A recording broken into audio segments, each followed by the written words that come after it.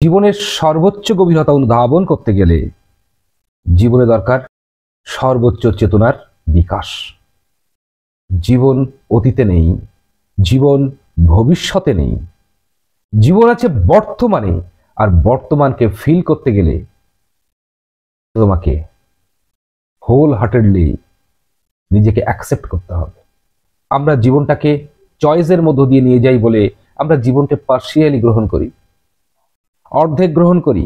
যে মুহূর্তে চয়েস করছি আর সে মুহূর্তে আমরা কিন্তু অর্ধেকটাকে গ্রহণ করছি, বাকি অর্ধেকটাকে আমরা ডিনাই করে দিচ্ছি, অস্বীকার করে দিচ্ছি। আর এই জন্য আমাদের জীবনে টোটালিটি আসছে না। যে মুহূর্তে তোমার অপশক্তিকে তুমি ত্যাগ করবে আর সে মুহূর্তে তোমার মধ্যে উত্তরিত শক্তি তোমাকে চেতনার বিকাশের জন্য এগিয়ে নিয়ে যাবে।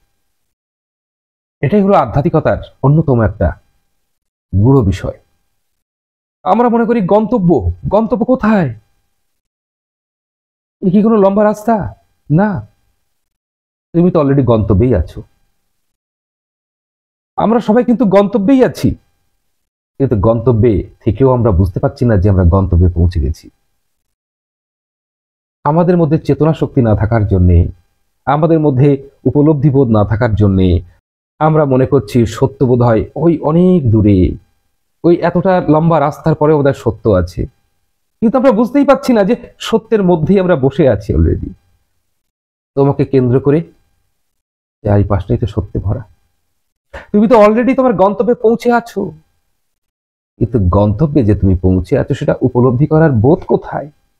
আর সেই উপলব্ধি করার বোধ জাগবে দ্য রিবার্থ অফ ইগলের মধ্য দিয়ে, ইগলের পুনর্জীবনের মধ্য দিয়ে, ইগলিটেশনের মধ্য দিয়ে। এই ইগলিটেশন হলো বর্তমান প্রজন্মের জন্য চেতনার গভীরে প্রবেশ করার সর্বশ্রেষ্ঠ এক মাধ্যম, যার মধ্য দিয়ে একজন ব্যক্তি মাইন্ড থেকে নো মাইন্ডে প্রবেশ করতে পারে, যার মধ্য দিয়ে একজন ব্যক্তি একটা কোয়ান্টাম লিপ করতে পারে। এই quantum leap is very important for our consciousness. এই কোয়ান্টাম লিপটাই তো আসল। এই ছোট্ট একটা জাম্প, যে জাম্প তোমার জীবনে এনে দিতে পারে এক নতুন পরিবর্তন, জীবনে এনে দিতে পারে এক নতুন বিপ্লব। এই বিপ্লবের জন্য সকলের দরকার